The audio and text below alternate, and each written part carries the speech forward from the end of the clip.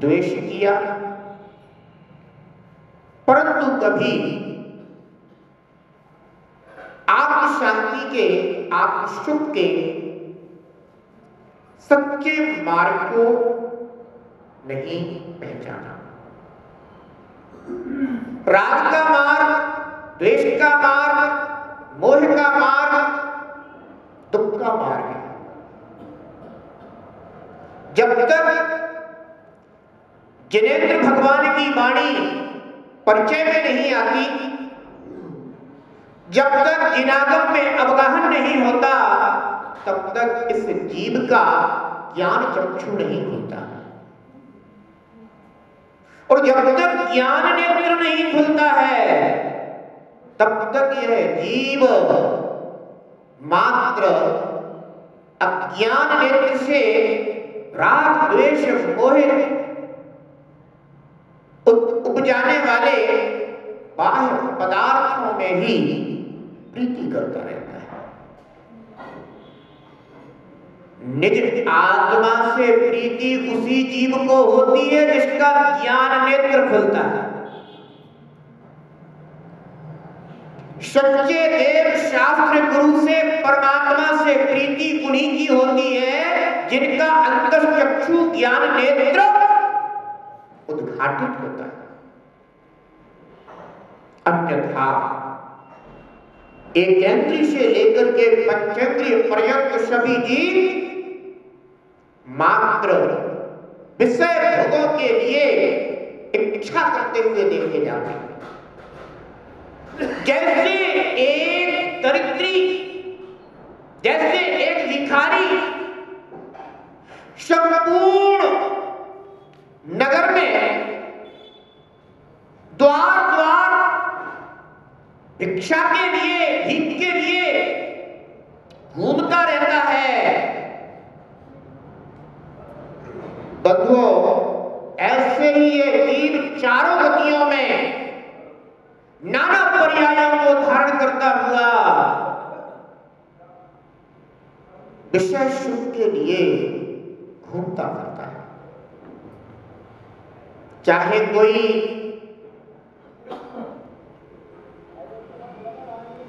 दरिद्र हो और चाहे कोई धनपति हो, धन संपन्न हो, वैभववान हो, पर विषय सुख के सामने याचक का नाम है।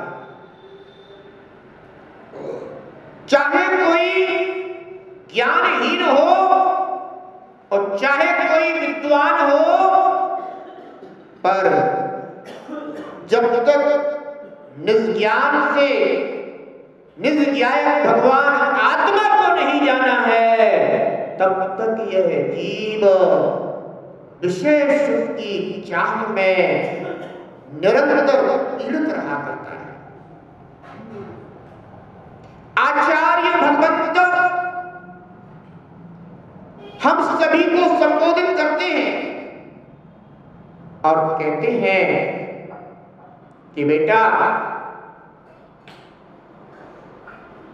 निर्धर्म की इच्छा करो, निर्धर्म की भावना करो, पर धर्म में आसक्ति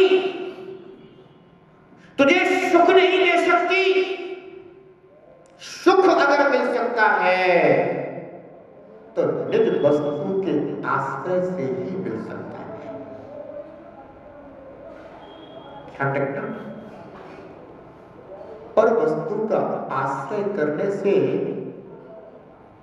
सुख नहीं मिलता।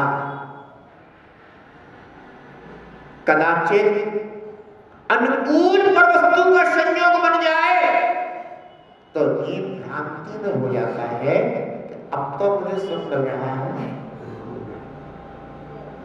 परंतु ध्यान रखना, जिस वस्तु का अपने से अन्यत्व है, भिन्नत्व है, वह वस्तु कभी भी तुझसे दूर हो जाएगी और तू पुनः दुखी हो जाएगा। इसलिए हमें निज वस्तु के आश्रय से अपने सच्चे निर्विकल्प सुख को प्राप्त करने का पुरुषार्थ करना चाहिए।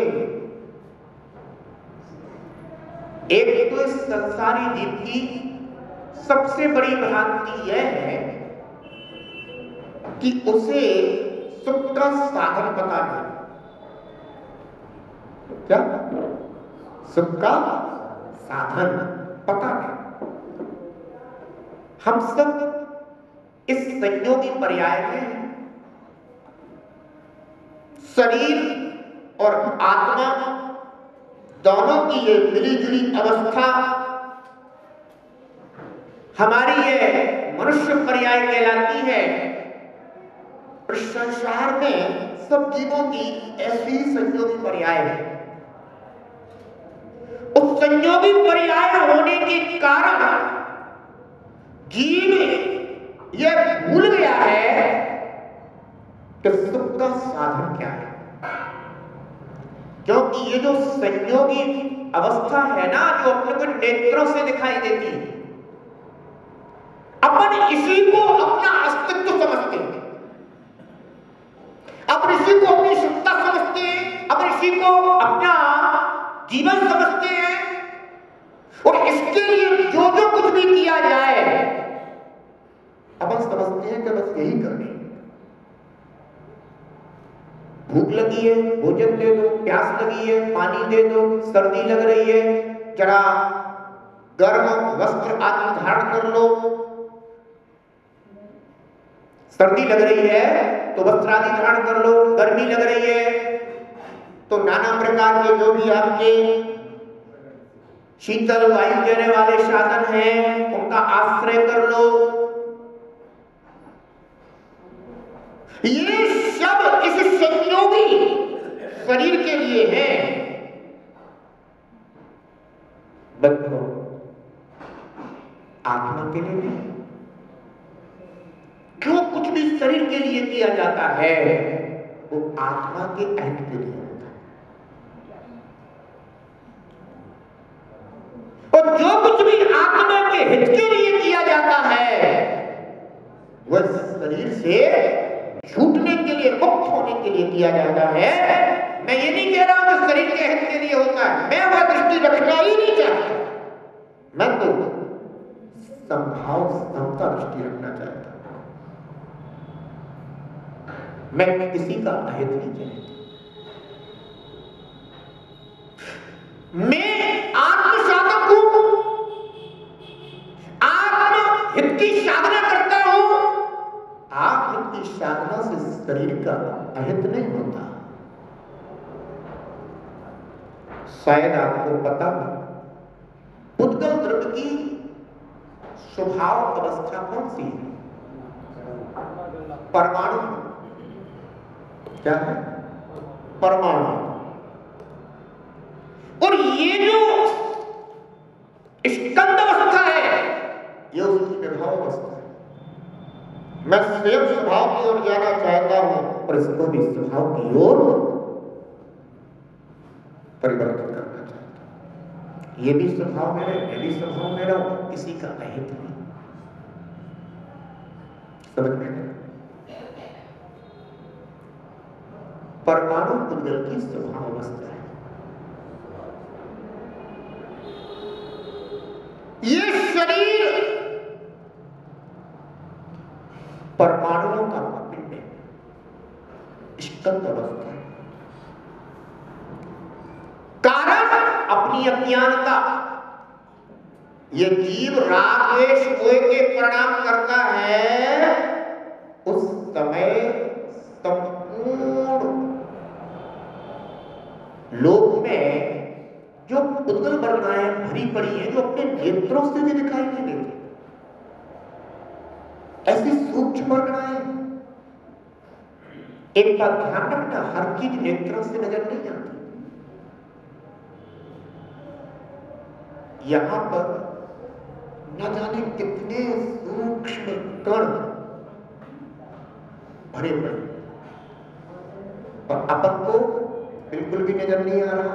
अपन को कैसा लग रहा है कि यहाँ कुछ भी नहीं है, बिल्कुल रिक्त स्थान है, साफ और स्वच्छ स्थान। अगर यहां पर एक सूरज की किरण ऐसी आकर के प्रस्थान पा ले, तो उस किरण के प्रकाश में इतने सूक्ष्म कण यहां पर उड़ते हुए नजर आएंगे, घूमते हुए नजर आएंगे। कभी भी देख लेना, आपके घर में खिड़की से एक सूर्य की किरण अंदर आ जाए तो आप उसमें देखना उसमें कितने सूक्ष्म कण घूम रहे हैं। पर अपन को अभी खाली आंख से वो दिखाई नहीं देते। अपन को ऐसा बिल्कुल प्रशस्त स्थान। ऐसे ही ये तो फिर भी चाक्षु से यानी चक्षु से दिखाई देने वाले हैं, आंख से दिखाई देने वाले हैं कि सूर्य की किरण आती है तो वो अपने को दिखने लग जाते हैं, नहीं है तो नहीं दिखाई दे रहे हैं, पर फिर भी सूर्य की किरण में दिखाई तो दे रहे हैं। ऐसे भी सूक्ष्म उद्गल परगणाएं हैं जो बंधु अपने राकेश आदि परिणामों के कारण कर्म रूप से परिणत होकर के अपनी आत्मा के साथ बंधु को प्राप्त होती रहती है और अपन उन कर्मों का फल भोगते रहते हैं। शरीर क्या मिल गया, अपन शरीर में लाग कर बैठे, शरीर में ही अपन ने सुंदर असुंदर नाना प्रकार की कल्पनाएं कर दी। ये कल्पनाएं किसके निमित्त से? अपने निज आत्मा के निमित्त से हैं या ये पर वस्तु के निमित्त से, शरीर आदि के निमित्त से?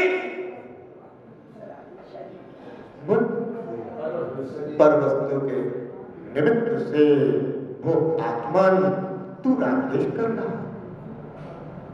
और यह राग द्वेष मोह का मार्ग ही आत्मा के लिए अनादि से अहित का मार्ग था, है और आगे भी रहेगा। हमें जिनेंद्र देव की वाणी को सुन करके, जिनागम को आश्रय करके अपना पंथ यानी हित का मार्ग खोजना होगा।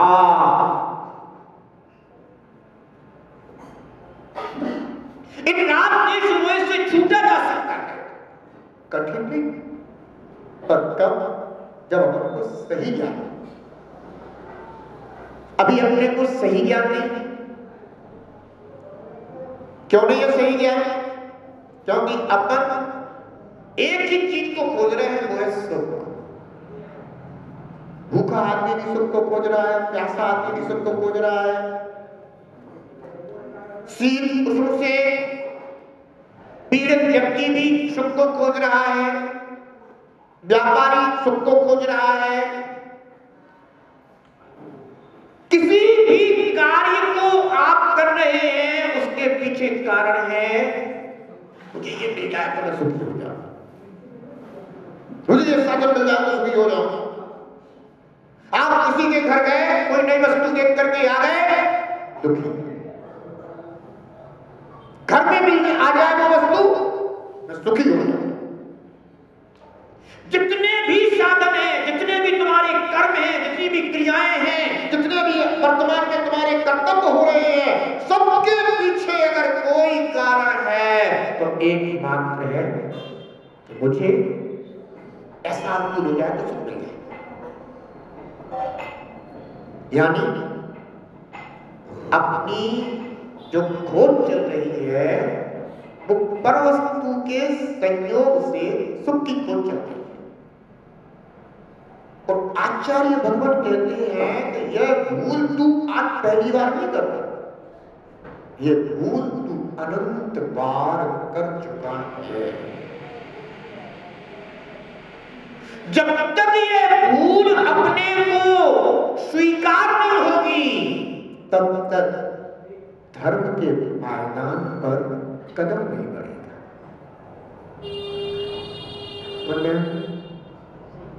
ये मत सोच लेना कि तुम मंदिर आते हो इसलिए तुम धार्मिक हो।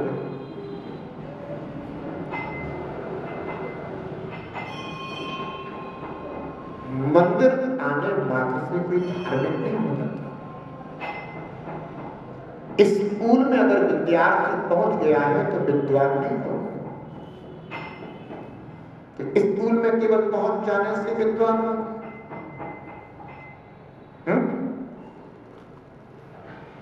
बहुत सारे धार्मिक लोगों की तो यही दशा है। वो मंदिर आते हैं, उन्हें कोई प्रयोजन नहीं कि हमें अपना सही ज्ञान बढ़ाना चाहिए, हमें अपने ज्ञान को सही करने चाहिए, उन्हें कोई प्रयोजन नहीं। केवल मंदिर आए हैं, हम जैन हैं इसलिए मंदिर आते हैं, भगवान के दर्शन करते हैं, हम अपना हित कर रहे हैं, अपना भला कर रहे हैं। अरे बड़ी भ्रांति में गिरा है तू। इतने मान से अपने आप को ऐसे समझ रहा है। ये बेटे से कह देना, बेटा रोज स्कूल जाया कर और सर के केवल दर्शन करके और वापस आ जाया कर, तेरा भाव चित हो जाएगा बेटा, तेरा बहुत भला हो जाएगा। अब बताओ इससे बच्चे का भला हो जाएगा क्या? देव शास्त्री गुरु का दर्शन करना चाहिए। दर्शन करने का तात्पर्य केवल इतना नहीं है कि उन्हें जा करके देख करके आओ और नमस्ते करके आ जाओ, हो गया बेटा दर्शन।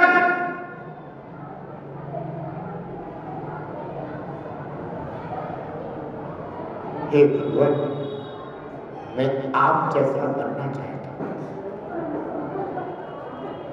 इसका नाम है दर्शन। पड़ोसी की वस्तु देख करके आए, उस वस्तु की चाह करता है, वहां दर्शन हुआ, वो यहां प्रदर्शन हुआ।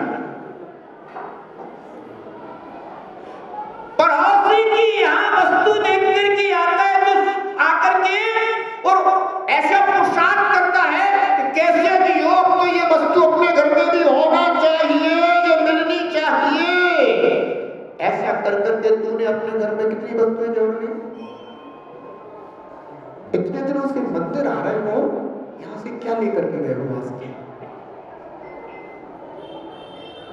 इतने बार भगवान के दर्शन किए हैं, इतनी तीर्थ यात्राएं की हैं, इतने निर्ग्रंथ गुरु राजों के दर्शन किए हैं आपने, आखिर आप वहां से क्या लेकर के गए? आपके अंदर वो जिज्ञासा भी पैदा नहीं हुई, वो भावना, वो पिपासा भी पैदा नहीं हुई कि जो इनके पास है मैं उसे अवश्य प्राप्त करके रहूंगा। जब तक उस वस्तु की आपके अंदर चाह पैदा नहीं होगी, तब तक आपके अंदर दर्शन का